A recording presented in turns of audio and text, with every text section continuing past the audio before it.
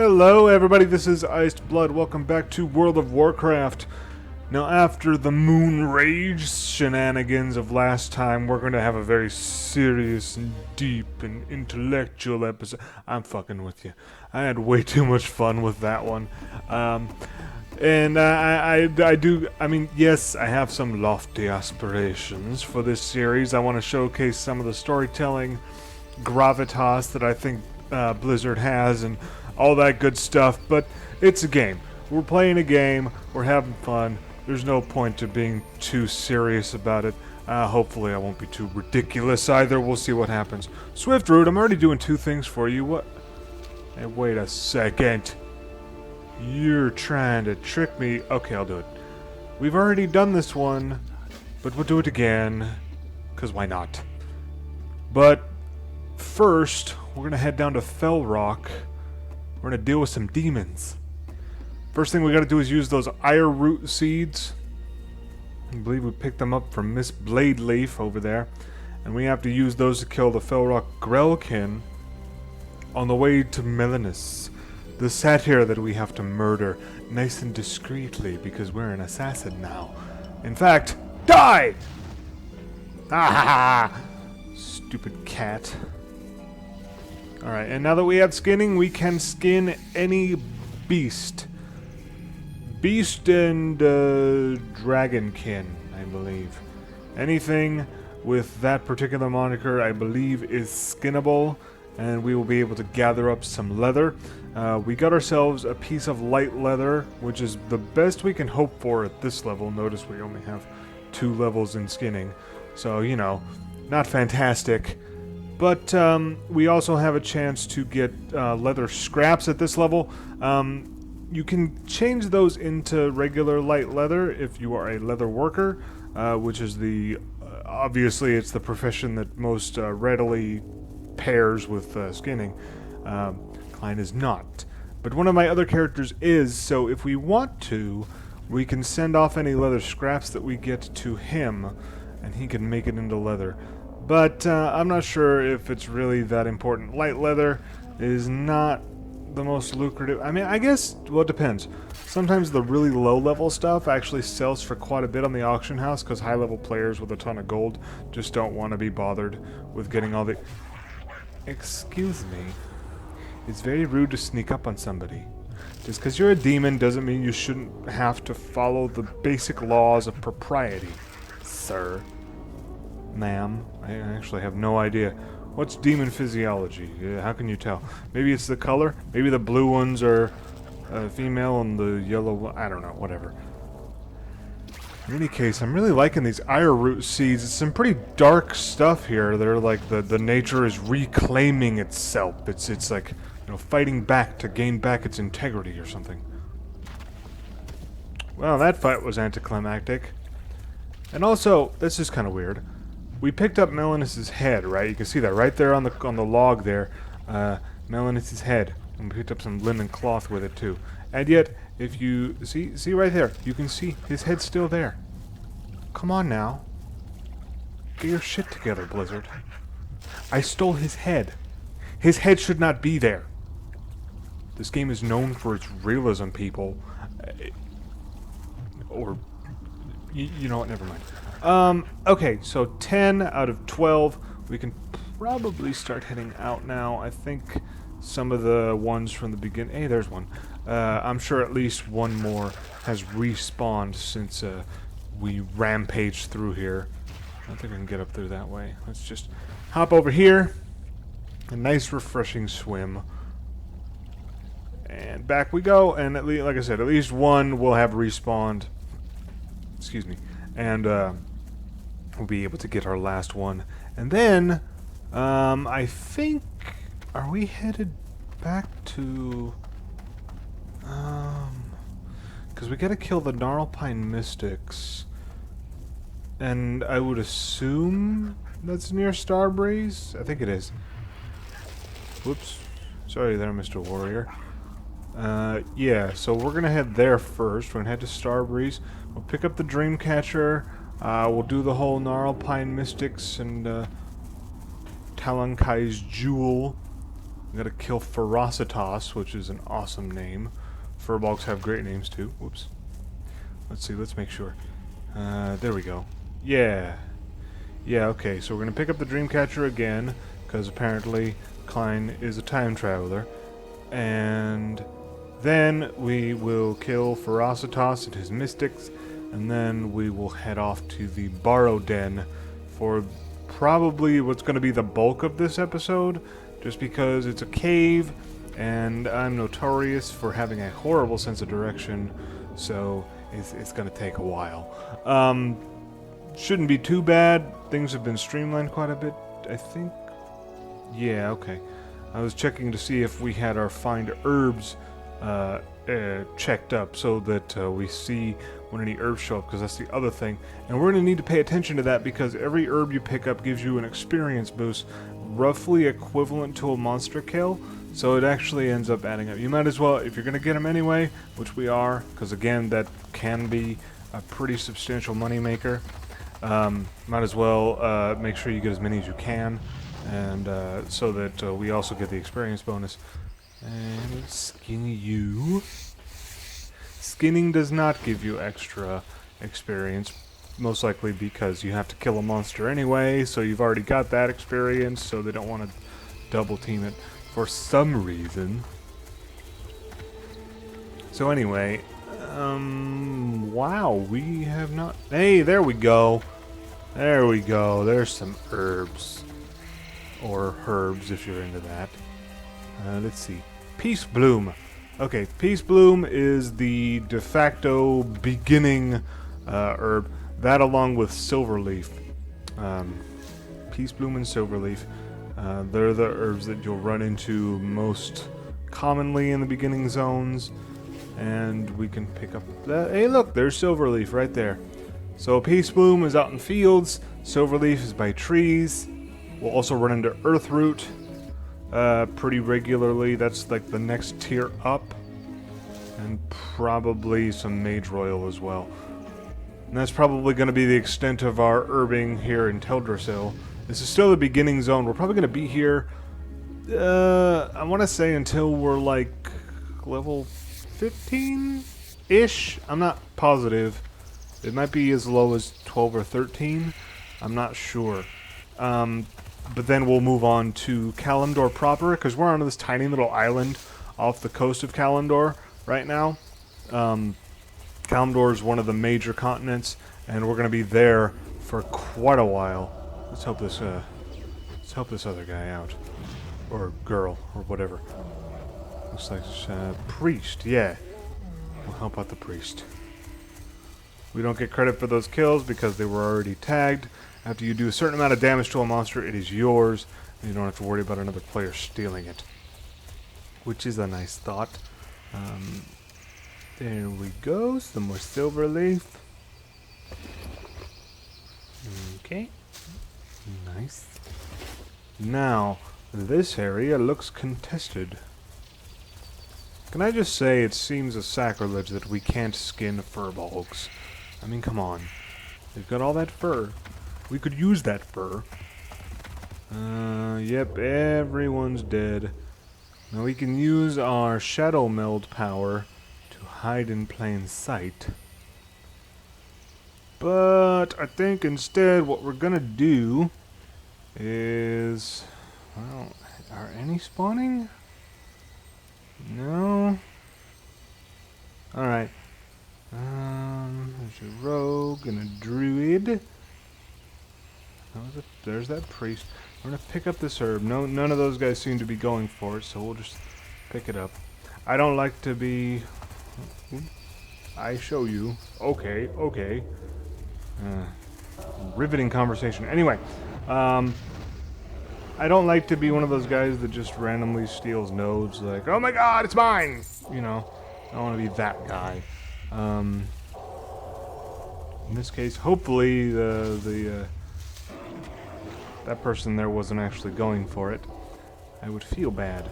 Now we finally got some of the mystics. We can kill some mystics. And then we'll wait for Ferocitas to respawn.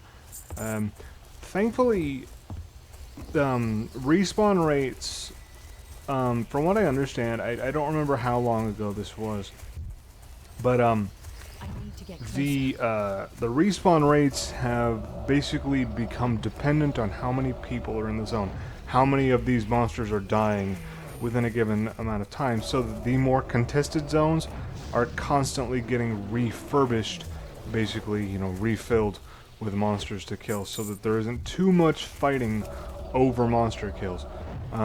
Because this would be easiest, I suppose, if we were all three in a party. Because as it is right now, there's 3 or 4 different people competing over the same batch of monsters here.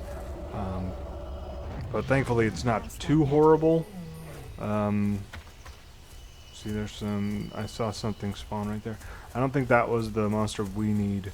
Because it looks like there's the mystics, and it looks like the white ones are... what are they? I think they're defenders?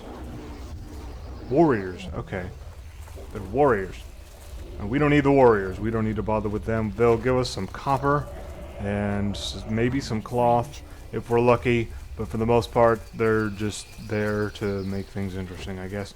Because, of course, depending on your position, you might catch the attention of a warrior. And then, since these monsters are hostile as well, and actually that becomes more and more common as the game goes on, you have to be careful about your position, otherwise you'll catch the attention of any number of monsters, particularly in a camp like this, and that just makes things dangerous. There we go. Hello. Alright. Whoops. I need to target you. There we go. Okay. And then I will get my level. I am level 9. Kleinne is level 9. Kleinne is 9. We have the jewel. Now we need 2 more mystics. There's 1. Oops, I'm sorry, dude. We got 1. And there's probably going to be the other one. Now we're quickly out-leveling this area because these monsters are green. That means they're easy.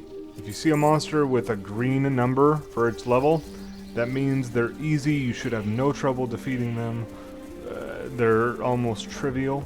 Yellow is a decent challenge. That's typically what you're going to want to look for if you're searching for monsters to kill. Yellow is, that's a good sign. Orange, you're starting to get tough, although Kleinne, with all of her heirloom gear, probably wouldn't have much trouble. We'd probably be perfectly fine taking on orange mobs. It's another term for monsters. It's an old school term. I actually don't know specifically where it comes. Like, it's like mobile unit or something like that. It's a shortened term for a really old school computer RPG thing. It means monster. Anyway, orange is dangerous, starting to get dangerous, but we might be able to handle it. And then red is like ridiculous. What the hell are you doing? That's when I think it's like when it's 5 levels higher than you run into red. And then a skull is basically anything above red, and then you're just being stupid. The funny thing about that is, honestly, I don't know if we'd have much trouble with even a red we might be able to do. I say, well, okay, a good, like, talented mage might be able to do it. I don't know about us, we're new to this. Anyway, Blade Leaf! Good. I know this probably wasn't very pleasant work, but we greatly appreciate it. I fear for our dear Teldrassil. It seems it is becoming more corrupt by the day, and our ignorance to the cause is plaguing me greatly. That's a shame. Oh well. I did what I could. Swift Root! We have 3 things to turn into you. Dreamcatcher.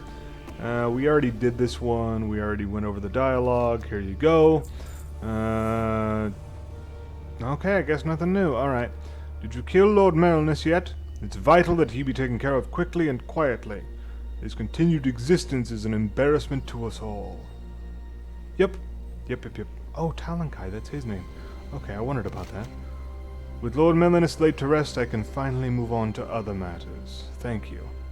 Okay, so Talonkai Swiftroot, that's a cool name. Ferocitas and the Gnawpine Mystics. Must return what is mine. Please retrieve the emerald so that I may repair my emerald dreamcatcher. Alrighty. Here you go. Now I can repair my dreamcatcher. Thank you. And you might notice up there on the top right, we got ourselves a Mark of the Wild that ups our major stats by 5%, I believe. I know I just checked it, but I was reading. Multitasking. Anyway, we got Mark of the Wild, which gives us a boost to our stats for an hour. I believe that was from Swiftroot himself, as part of the reward for finishing one of his quests. That's a druid spell, one of the more ubiquitous buffs that you get from druids. Is one of their claims to fame. It's what, it's kind of their main buff that they have, and that'll last us for an hour, which is a nice touch. I think it used to be a half an hour, but that might be me showing my age. I've been around in this game for quite a while. Anyway, we're gonna head down to the Barrow Den now. On the way, we're gonna look for any monster that's labeled. Basically, that's one quick way to check to see if you're fighting the right guys. If you can see their name tag, their like little, what's it called, nameplate above their heads, even though you don't have them targeted, that's a sign that they are part of one of your quests. So that's one of the big ways you can tell, without looking at the mini-map, without looking at any other cues. You can tell usually what kind of monsters you're looking for. So while we're on the way to the Barrow Den picking up herbs and things, we're going to also be checking for name tags, nameplates, name things, whatever. And I think we've found our first node for Earthroot. Let's see, is that it up there? Aha, there you are. Okay, so we're in Ban'ethil Hollow. We're gonna start seeing. Oh, see, there you go, right over there. There's a Ban'ethil Furball right there. Okay. First, we'll pick up our Peace Bloom. There have been stories of people that run like pacifist runs through the game, and they do all of their leveling through like delivery quests and quests that don't involve any killing whatsoever, and then just like picking up herbs and mining nodes and stuff like that. The professions that give you experience, and there's enough in that, and there's plenty of nodes, especially later on in the game, to the point where you can actually level up a character all the way just by doing those. It's a nice thought. I'm not going to bother with that. I'm not that bored. I don't have nearly enough characters at max level to try spicing things up like that. So anybody looking for me to do like a challenge run with this series, not so much. I'm just questing, doing the single player leveling experience. We might spice things up on certain things and do things a certain way that might be interesting, but for the most part we're not going to spice this up with any challenges or anything. I mean, unless you can think of something that you'd like to see, I'll definitely consider it. But for now, this is kind of a, I guess I would call it a vanilla run. I want to show, basically, Blizzard intended the game to be played a certain way, and I'm showing that. The default run. The only changes that I've made are the minor UI changes to make it easier for me to read quest text, and that's about it. Now, we are in the Barrow Den. So in here, we've got a bunch of different druids that are sleeping. They're in the Emerald Dream, which is a place of magic. It's like a separate plane of existence. Basically, it's Azeroth, this world, untouched by civilization. So if nature were allowed to run its course without mortal intervention, it would look like the Emerald Dream. So it's a very important place for druids, and this ritual involves them slumbering, and they're going to the Emerald Dream in their dreams, and that's something that they do for the sake of their training. Oh, hello. Well, maybe. What's in here? Rage Claw? I guess I'll kill you.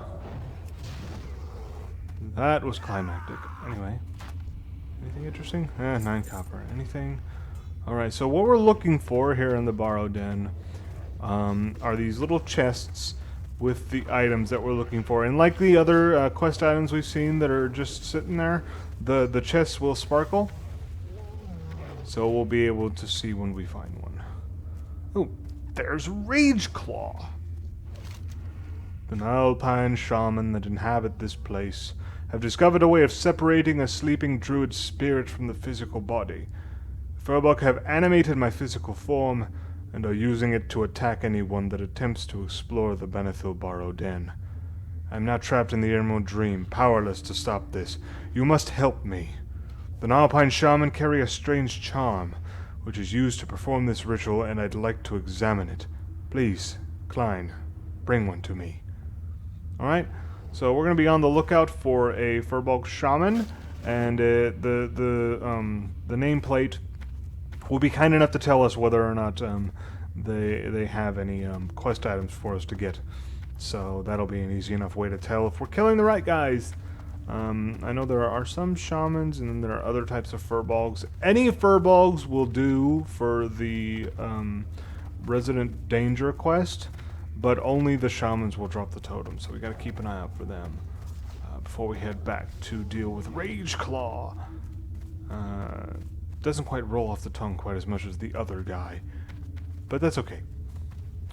So, we're on the lookout for shamans, and we're on the lookout for sparkly chests. That's what she said. I'm sorry. You shouldn't have been subjected to that. Those types of jokes are way too easy. Maybe that's why I like them. Oh, come on. Come on. Hey, there's a shaman. Hello, shaman. You died extremely quickly.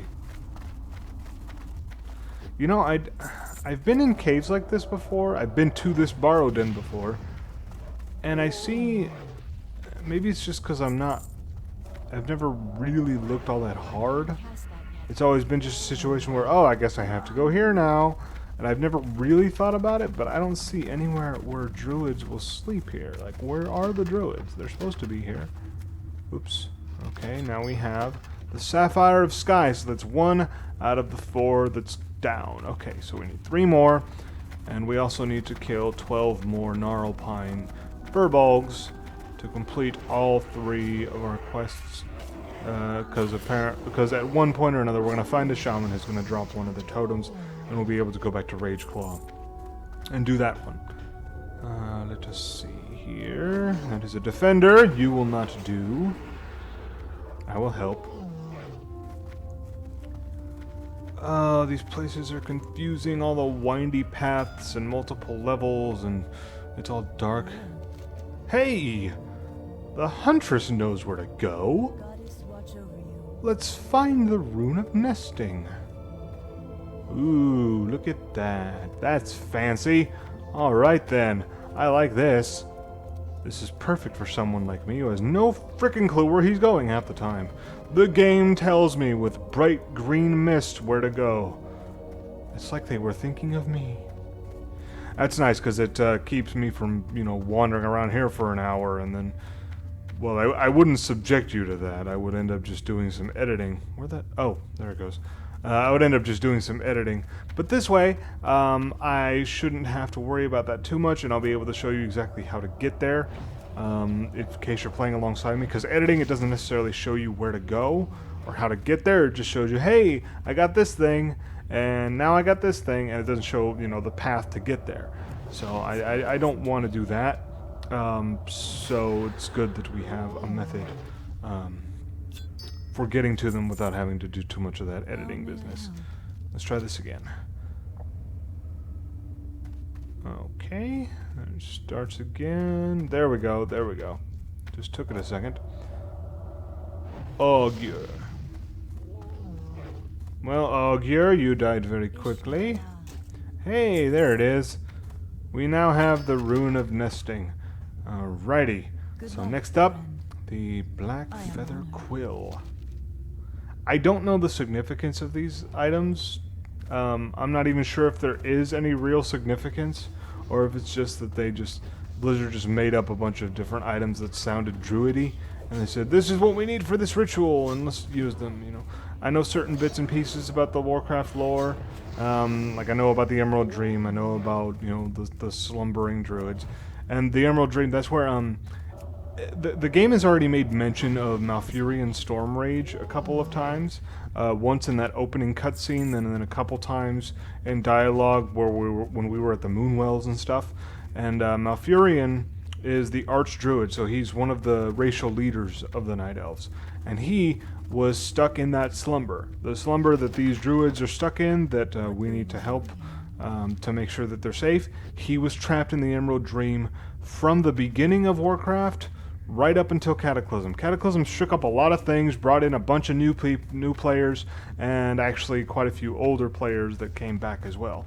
So Malfurion was awakened from the Emerald Dream, and now he's back in action as one of the racial leaders of the Night Elves, which is exciting for me because my main character is a druid, and I've always loved Malfurion. He's freaking awesome. So that's good. But like, you know, this is starting to show that it's like common threads, because we're helping other druids so that they don't have to go through what Malfurion did. Because Malfurion was around when the Night Elves were still immortal. That was before the corruption of the World Tree. And so he's like 10,000 years old, I think. But most Night Elves nowadays, because of the what happened with the Highborn and the splitting of the continents and all that business, the Night Elves lost their immortality, and I think their lifespan is still kind of ridiculous, but it's not nearly as long-lasting, obviously, as forever. So normal Night Elf druids now can't survive thousands and thousands of years. So if they got trapped in the Emerald Dream, chances are they might actually never wake up again before their body just up and died. So, you know, it kind of adds a bit of, what would you call that? Adds a bit of urgency to the whole thing. Now, granted, this is just an opening quest for a game. It's a very simple one. Voodoo charm, yay, voodoo charm. Okay, let's kill you. I don't like you being that close to me. Anyway, this is just an opening quest. It's not all that complex. The way that I think you have to do this, the way you have to kind of experience the game from a story perspective, is to really kind of dig deep and think about what this represents to the individual people involved, the NPCs, right? Because it's very easy to think, oh, this is an opening quest, I'm not doing anything all that big yet, because, I mean, look at this, we're only level 9, we're gonna hit level 10 pretty soon here, like within the next few kills, but we're still only level 9 out of 90, so we're only 10% of the way through the game. And really, it's a lot less than that, because levels become more and more of an investment as the game goes on. In terms of how much experience we need to level up all the way to 90, we're not even close to 10%. So we're still in the very beginning. We're still babies. We're still very, very little. We're not a big deal at all. But if you think about, like, look at this one. We're dealing with a Rageclaw here. Like, he's stuck. The Furbolgs have trapped his spirit outside of his body. And we already found his body. It was hostile. Like, oh... So, anyway, if I can examine the charm, I may be able to figure out how to break the enchantment. Have you found one? Yep, here you go. Thank you. What an odd trinket this is. I can sense the vile aura emanating from it. This is a very powerful enchantment. In the grand scheme of things, it isn't, but, you know. Hey, level 10! After examining this charm, Kleinne, I see now what must be done. Please take it and do as I ask. You are to approach the door to the nearby chamber. Inside you will find my soulless body. Although I regret what I am about to tell you, I see no other way to free myself from the control of the Gnarlpine. In order for me to escape them, you must kill my physical form. Once that is done, use the voodoo charm on my fallen body. After you complete this task, please return to me. See what I mean? It's some big stuff. Like, this guy is telling us, as a disembodied spirit, that the only way for him to be free is to kill him. Now, we've heard those sorts of stories in fiction before. It's all kind of a big, you know, it's a big cliche at this point. You must kill me so that I can be free. You know, and all over the place. But if you really think about that on the individual basis, on the basis of, you know, that one guy who was just trying to go through the rituals to become a druid. Like, now he's decided, oh crap, I have to kill myself to be free from corruption. Like, that's a big frickin' deal. Now then, as we're waiting for Rageclaw's body to show up and kill him randomly, because hey, what the hell, that's all we can do, we're gonna pick our specialty. Now, like I said, we're gonna be a frost mage.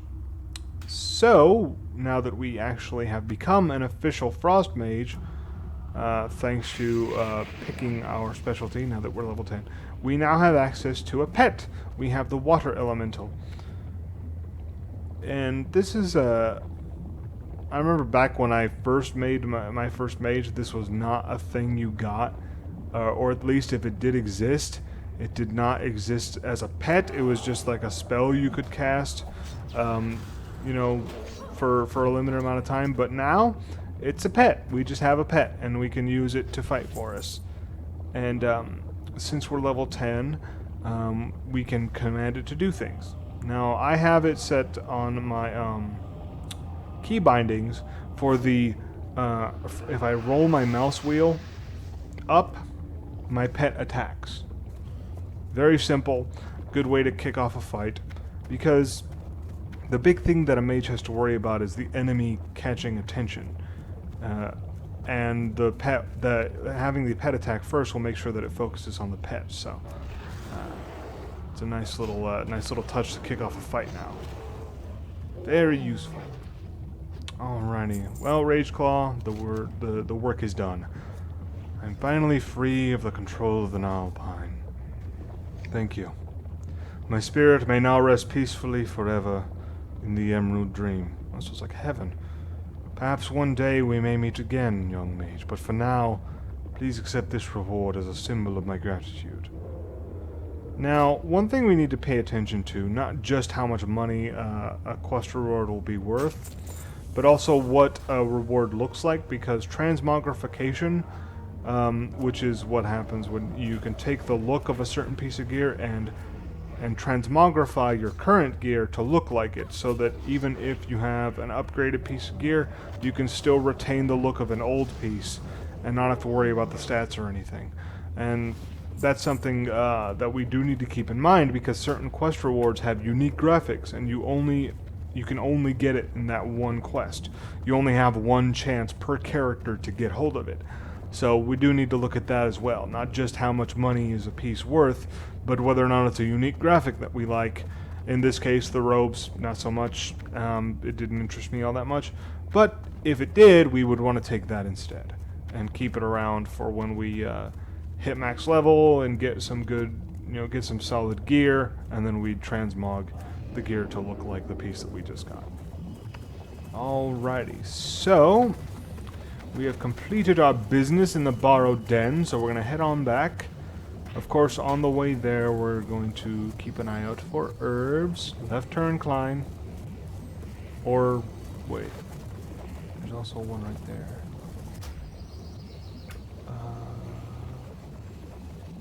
See, there we go. Pet action button 1, that's the attack. Mouse wheel up. So, I can now use that for my elemental. There we go, Kleinne. You're going to pick up your Mage Royal there. We always want to make sure that we pick up our herbs. There's one more up here, and then we'll turn around and head on back to Dalinar. Good old Dalinar. It's our first major quest hub, because we didn't have all that many quests in Shadowglen. There were a few, but I mean, we basically finished it in one video, in like 20 minutes or so it was done. Dalinar is a little more substantial, and later on in the game we're going to run into quest hubs that have a ton of quests. I don't think we're going to do that, do this one for Kleinne. I think we're going to go through the standard trajectory for Night Elves and head on to Darkshore, but the Draenei that were introduced in the Burning Crusade expansion, the Space Goats, as they're commonly known, their opening quest lines, it's ridiculous. It's amazing for, not so much for the story. Honestly, this is one of those zones I've been through a couple times and I've never really paid that much attention, but for the sheer experience points that you get for those quests. There have been times when I've had a full log of completed quests that I turn in at once because I've been You know, there's the synergy of the different quests you pick up there and the zones where you go to complete them is just ridiculous, and it's probably the most efficient way to level in the early game. At least for Alliance. I'm not sure about Horde. I have never been a Horde player. I don't pay much attention to the Horde. I've tried. The highest I've ever gotten a Horde character is I had a Warlock that I made that got to level 40. That was as far as I got. I had an Orc Hunter that I made that reached level 30 something. I think I still have him somewhere. But other than that, I've never really done the Horde. I've always been Alliance. So I don't know much about their zones. So for all I know, the Horde could have a zone that's like ridiculous as well. Maybe even better than the Draenei starting areas. But generally speaking, if you're going to play this game and you want to level very quickly, make a Draenei. Seriously, they're fucking awesome. Impressive. I hope my huntress carried her weight. If we continue with this further, we may yet still free Teldrassil from the corruption that Alexstrasza herself could not burn out. I'm not sure if I'm saying that correctly, but that's how I've always pronounced that. Again, that's the red dragon aspect. Dragon of life. The kidnapped druids of the Talon will be forever trapped in the Emerald Dream if we cannot retrieve the relics of Awakening from the Ban'ethil Barrow Den to the west. For every minute we delay, the fate comes one step closer to eternal doom! Here you go. You've succeeded, young mate. Well done. And just in time, I might add. Well, that's interesting, because it's been like 2 days. But anyway, pick up the leggings. Oh, here we go. Now the time has come to save the druids of the Talon. If we fail now, Kleinne, they will be forever lost in sleep. I shall prepare the relics of awakening and perform the ritual. For my work to take effect, the cursed beast responsible for this horrible situation must be slain. It was Ursal the Mauler who meddled with our brethren's calling, and it is Ursal the Mauler who must now pay so that they can be freed. Travel northwest on the road and find the path north into the cleft. Ursal's den will be there. Ooh, Ursal the Mauler, dreaded leader of the Gnarlpine Furbolg. Ursal seems to defy death itself in his pursuit of further corrupting Teldrassil something or whatever. Anyway, there we go. We're going to save Ursal the Mauler for our next video. For now, we're going to let Kleinne rest, and we'll pick up next time because we're going on 40 minutes here. So that's about it for now. Hope you enjoyed this installment. Not quite as fun as last episode with Moon Rage, but it'll do. Bye-bye, Kleinne. Alright, see you next time.